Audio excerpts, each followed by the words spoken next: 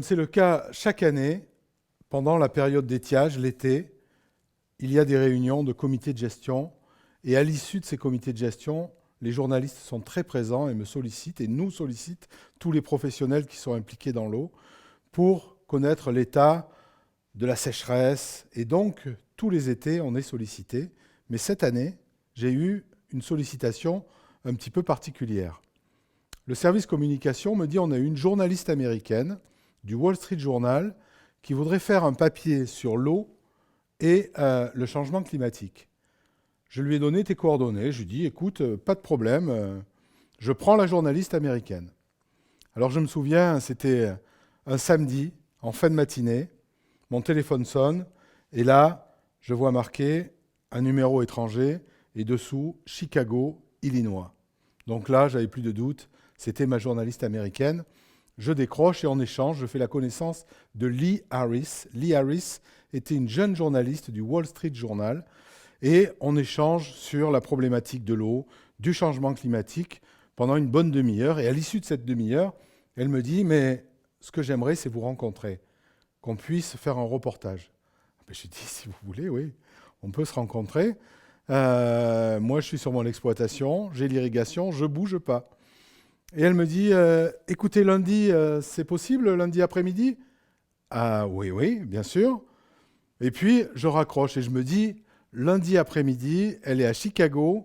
Ça m'étonnerait que lundi, elle soit au fin fond du Périgord, sur mon exploitation, en train de la visiter. » Donc, je ne vous cacherai pas que le dimanche, dans la journée, je ne pensais même plus à ma journaliste. Il m'est arrivé quelquefois d'avoir des journalistes qui appellent pour des papiers, puis finalement, ils trouvent d'autres choses et on n'en entend plus parler. Et là, nous sommes lundi, il est midi, mon téléphone sonne avec un numéro inconnu, je décroche, et là, j'entends « Monsieur Frétillère, I am Lee Harris. I am in Paris. » Non, c'est pas possible. Et alors là, Lee Harris avait cet humour un peu anglo-saxon. Quand je lui fais part de mon étonnement en lui disant « Mais c'est pas possible, vous avez pris l'avion pour venir me voir ?» Elle me dit « Oui, parce que le bateau, ça la faisait trop long. » Ah oui, d'accord, d'accord. Elle me dit « Je vais être un peu en retard parce que le TGV a du retard. » Alors là, j'ai fait mon franchouillard, je lui ai dit, écoute, effectivement, la SNCF en France, le retard dans les trains et les trains en retard, on connaît.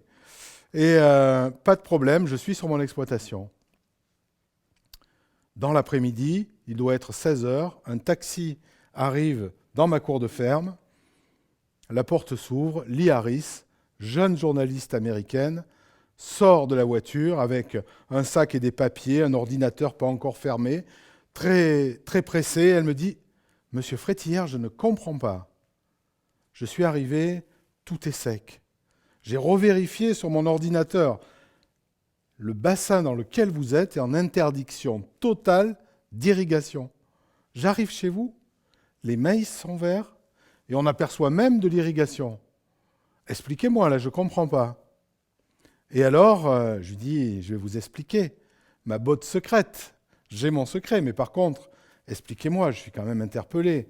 Vous étiez samedi à Chicago, aujourd'hui, vous êtes arrivé en Dordogne. » Alors, Lee Harris m'explique. Elle me dit, écoutez, le comité de rédaction est très inquiet du Wall Street Journal, parce qu'en fait, Donald Trump est un climato-sceptique avéré.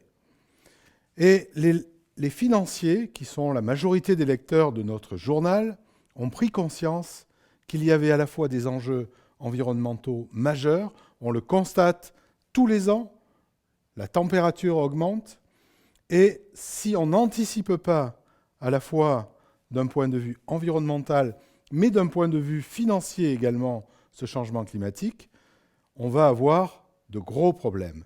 Donc, le comité de rédaction m'a dit, il faut aller voir là où les gens ont pris des solutions, et quelles sont les solutions, qu'on puisse faire un papier là-dessus. Et donc, le continent le plus avancé au niveau du changement climatique, c'est vraisemblablement l'Europe. Quand on regarde l'Europe, avec la COP21, on arrive à Paris. Et lorsqu'on arrive à Paris, en France, et qu'on regarde la carte des interdictions au niveau de l'irrigation, on arrive dans le sud-ouest et c'est comme ça qu'elle se retrouve en Dordogne. D'accord, je comprends mieux. Donc maintenant, je vais vous faire visiter mon exploitation et vous expliquer pourquoi je ne suis pas soumis aux interdictions d'irrigation.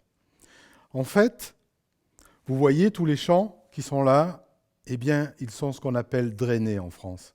En fait, on a mis des tuyaux percés. Ces tuyaux percés vont sur des tuyaux qui ne sont pas percés, et ces tuyaux pas percés vont réalimenter des réserves d'eau. Ce qui me permet, en période hivernale, de retenir les excès d'eau et de remplir ces 2 réserves d'eau que j'ai. Et donc, étant déconnectées du milieu, elles ne sont pas soumises à des interdictions puisque c'est le stock d'eau que j'utilise l'été pour irriguer. Alors vous voyez sur ces retenues d'eau, à la fois l'environnement s'est recréé, il y a des bois autour, il y a même quelquefois des martins pêcheurs, là on peut voir un canard, il y a des pêcheurs avec des poissons, j'ai des gîtes et donc il y a des pédalos.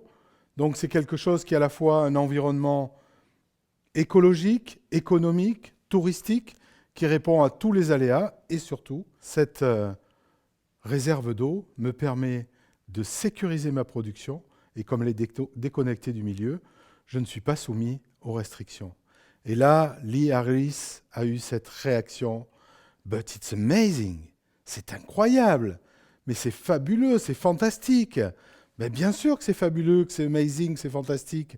Mais ici, on a beaucoup de mal à refaire ça maintenant. Dans un des Wall Street Journal du mois d'août, il y a eu donc un article qui a retracé cette très belle rencontre durant un été en Périgord.